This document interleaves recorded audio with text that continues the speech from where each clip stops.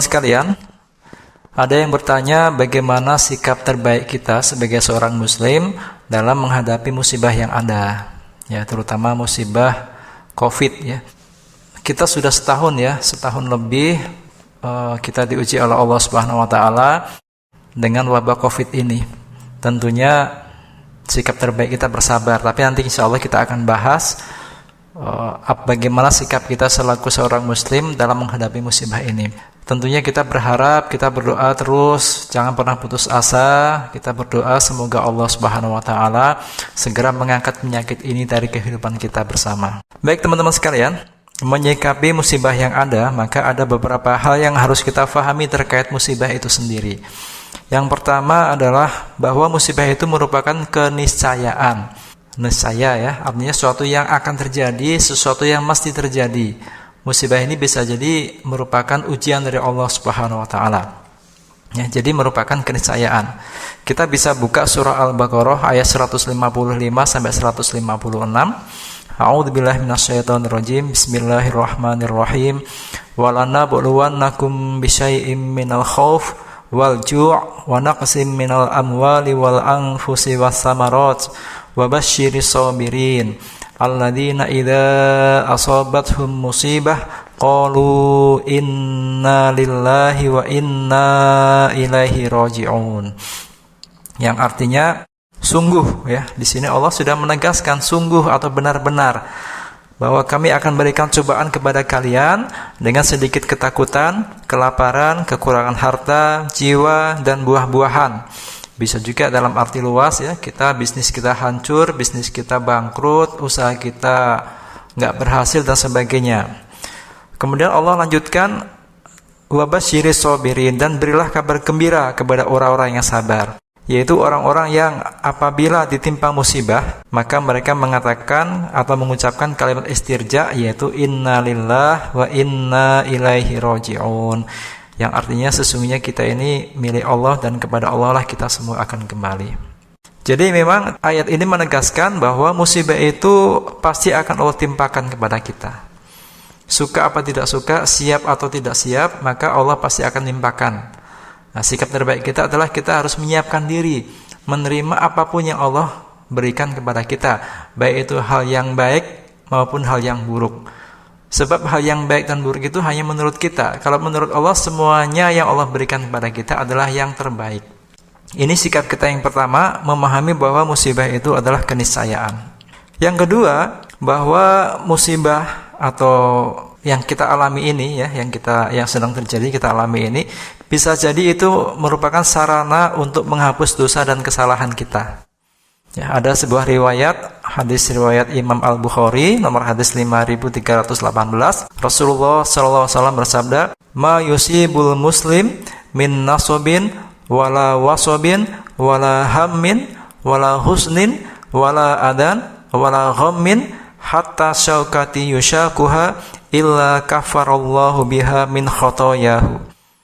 Artinya, tidaklah seorang muslim yang ditimpa musibah dalam bentuk kelelahan, sakit, kesusahan, kesedihan, gangguan, dan kecemasan, sampai duri yang menancap atau yang menusuk dalam bagian tubuhnya, melainkan Allah menghapuskan darinya segala kesalahan dan dosa-dosa. Ini luar biasa, ya. Jadi inilah yang tadi saya katakan, bahwa apapun yang diberikan oleh Allah kepada kita, itu semua yang terbaik. Mungkin menurut kita nggak enak, ya, kita sakit, kita tertusuk duri, kita sedih, kita kecewa, ya, dan sebagainya. Tapi bisa jadi itu cara Allah. Menurut hadis ini, Allah menghapuskan dosa-dosa dan kesalahan-kesalahan kita. Dalam hadis yang lain yang diriwayatkan oleh Imam Ahmad, Rasulullah SAW bersabda, "Idza kasurat dzunubul 'abdi wa lam yakun lahu ma yukaffiruha minal amal, ibtalahu Allahu azza wa jalla bil husni liyukaffiraha anhu." Apabila telah banyak dosa seorang hamba, jadi ketika seorang hamba melakukan banyak dosa dan ia tidak memiliki amalan yang menjadi penghapusnya, ya, amalan yang bisa menghapus dosa-dosa tersebut, maka Allah azza wa jalla mengujinya dengan kesedihan supaya dosanya terhapuskan. Masya Allah, ya. Ini juga salah satu karunia Allah. Ya, bisa jadi kita tadi itu ya, karena amalan kita sedikit, dosa kita banyak. Nah, untuk menghapus dosa-dosa kita itu nggak cukup dengan amalan, maka Allah timpakan kita dengan kesedihan, dengan bala, dengan bencana dan sebagainya. Itu yang kedua, bahwa musibah itu bisa jadi sarana untuk menghapus dosa dan kesalahan kita. Yang ketiga adalah bisa jadi bahwa musibah itu merupakan salah satu tanda cinta dari Allah Subhanahu wa taala. Dalam sebuah riwayat dijelaskan di sini ya, inna idhamal jaza ma'a idhamil bala wa inna Allah ta'ala idza ahabba qauman ibtalahum faman radiya falahur ridha wa man sakhita falahus sukhut. Artinya sesungguhnya besarnya pahala tergantung dengan besarnya cobaan. Dan apabila Allah mencintai suatu kaum atau mencintai seseorang, mencintai suatu komunitas, maka Allah akan menguji mereka. Barang siapa yang ridho, maka ia akan mendapatkan keridhaan Allah. Dan barang siapa yang kesal terhadapnya, kesal nggak terima gitu ya, maka ia akan mendapatkan kemurkaan Allah Subhanahu wa taala. Ternyata musibah walaupun kita nggak suka, bisa jadi itu cara Allah untuk menghapus dosa kita dan cara Allah menunjukkan cintanya kepada kita. Ya, makanya tadi dikatakan ketika Allah mencintai suatu kaum, bisa jadi Allah mencintai seseorang, maka Allah berikan ujian kepada mereka. Nah, kemudian ada pertanyaan yang lain lagi, bagaimana kita bisa membedakan bahwa yang kita alami ini ujian atau hukuman dari Allah Subhanahu wa taala? Kadang kan banyak orang mengatakan, waduh saya sedang diuji nih. Atau kita bingung ini diuji atau dihukum oleh Allah Subhanahu wa taala. Nah, untuk memahami ini, ada satu kalimat menarik dari khalifah keempat dari Khulafaur Rasyidin, yaitu Ali bin Abi Thalib radhiyallahu anhu. Beliau pernah ditanya, wahai Amirul Mukminin, bagaimana caranya aku membedakan antara ujian dan hukuman dalam kehidupan ini? Maka beliau, Ali bin Abi Thalib radhiyallahu anhu, menjawab, hukuman itu apabila ketika kamu diuji oleh Allah, kamu semakin jauh dari Allah. Jadi ketika kita diuji ini, misalkan sakit, kok kita malah nggak sholat, jarang zikir, jarang istighfar, nggak pernah baca Quran, itu kita dihukum oleh Allah Subhanahu wa taala. Sedangkan ujian adalah ketika kamu diuji oleh Allah, diberikan musibah oleh Allah, tapi musibah tersebut justru menjadikan kamu lebih dekat kepada Allah. Kita lebih sering menyebut nama Allah, sholatnya kita perbanyak ya, artinya zikirnya kita perbanyak, baca Qur'annya juga perbanyak, istighfarnya juga mungkin perbanyak dan sebagainya. Ini menurut Ali bin Abi Thalib. Atau kita bisa juga membuat sebuah ilustrasi ya. Ketika seseorang itu biasa melakukan suatu amal soleh, ya, amalannya banyak, kita kenal dia sebagai seorang yang baik, orang soleh misalnya. Kemudian kok dia ditimpa musibah, maka bisa jadi itu dia sedang diuji oleh Allah Subhanahu wa taala atas keimanannya tadi itu. Diuji oleh Allah. Tapi ketika kita ketemu dengan orang yang jarang melakukan kebaikan, yang sering maksiat kepada Allah, sering berbuat dosa, durhaka kepada Allah Subhanahu wa taala, kemudian ditimpa musibah, maka mungkin bisa kita katakan bahwa musibah itu bisa jadi itu hukuman dari Allah Subhanahu wa taala. Jadi membedakan antara hukuman atau ujian itu juga bergantung amal kita. Ketika selama ini kita dekat dengan Allah, kita rajin kepada Allah, sholatnya rajin ke masjid, baca Qur'annya rajin, kebaikan-kebaikan yang lain juga kita lakukan, kemudian kita mengalami musibah, entah itu sakit atau yang lain, maka itu artinya kita sedang diuji oleh Allah Subhanahu wa taala.